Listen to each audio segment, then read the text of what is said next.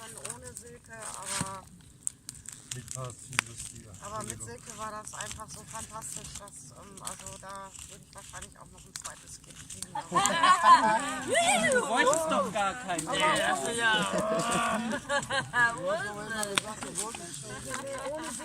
Mann, ey. Die Info kam jetzt nicht Stefan zu spät. Die machen langsam, ne? Wo willst du hin?